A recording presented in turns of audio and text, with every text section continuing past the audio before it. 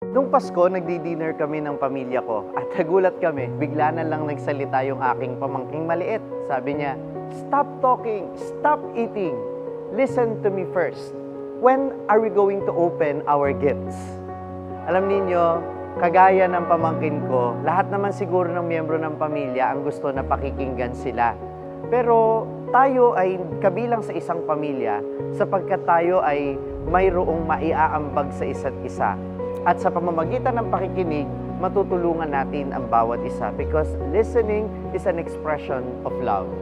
Sabi po sa pambungad na panalangin sa kapistahan ng banal na mag-anak, na sana'y matularan natin ang pagsusunuran ni Jesus, Maria at Jose. Una, handa silang makinig sa Diyos at sumusunod sila sa utos ng Diyos. Si Mama Mary, sabi niya, ako'y alipin ng Panginoon. Si San Jose, kahit kalagitnaan ng gabi at inutusan siya ng Panginoon, susunod siya kahit hindi madali. Kapag nakikita ng mga anak na masunurin ang magulang nila sa Diyos, lalo na kapag nagsisimba kapag araw ng linggo, lalo na kapag may mabuti silang pakikitungo sa ibang tao, ang nasusunod sa pamilya ay hindi lang ang magulang, kundi ang Diyos mismo.